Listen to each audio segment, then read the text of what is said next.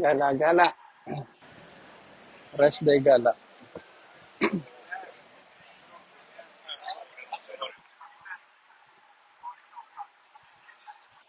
Pababaan tayo ng ating nabasa. Minsan kasi baka bad mood. Baka may isang iba ang dating.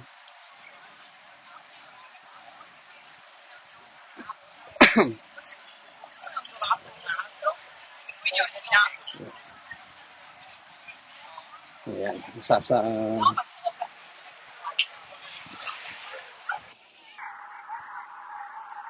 sa pinakang puso ng Milano. Center of attraction para sa mga turista. Puro turista lang. Ayan. Mga turista.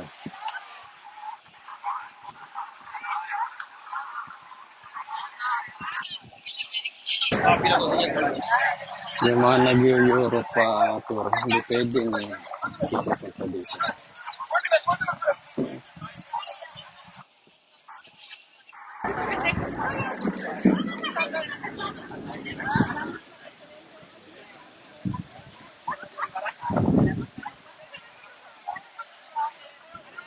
Kasi parang munti na nga ang ating mga kalapate. Noong time na bata pa ako, pag nagsesend si nanay, kapag mga kalapati na yan, parang na ano pa nga. Dahil crowded.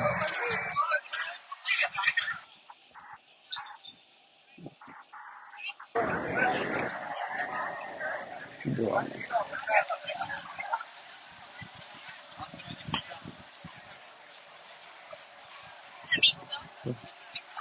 Ingat lang din dito. Minsan sumasaliso din dyan ng mga mandurukot. Lalo na sa statsyonin ng ng Centrale o Central Station.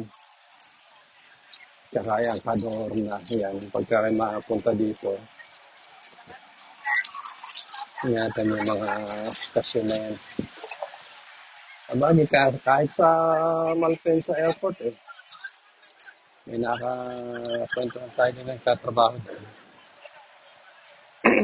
Eh, kahit doon, talamak din ng mga mandurukot. Kwerda yun, may mga tao doon sa taas. May mga gaano doon na turista.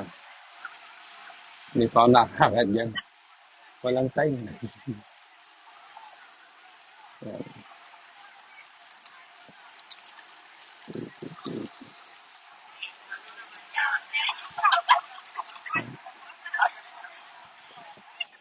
Buwan mo.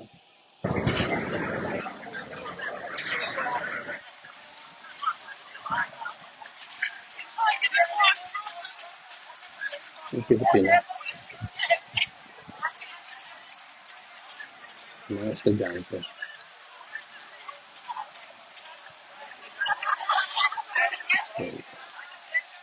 Ayan yun ang ating Portuguese video.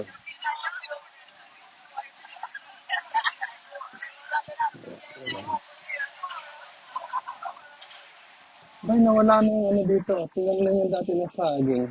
Tagal ko nila punta dito. Saging dati nilagay dyan. Hindi ko lang napansin. Dito, sa yung side na yan, dati saging ang tinanim nila dyan. Yun yung papuntang, wow, nice yacht. Behind the scene.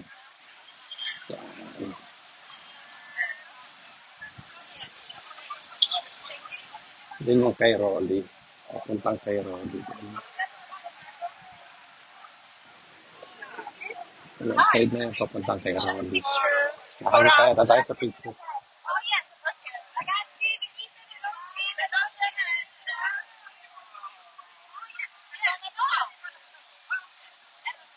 Italiano pala to.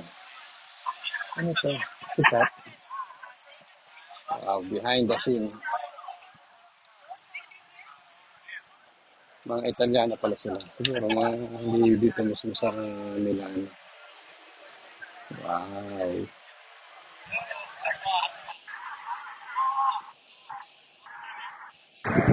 Okay.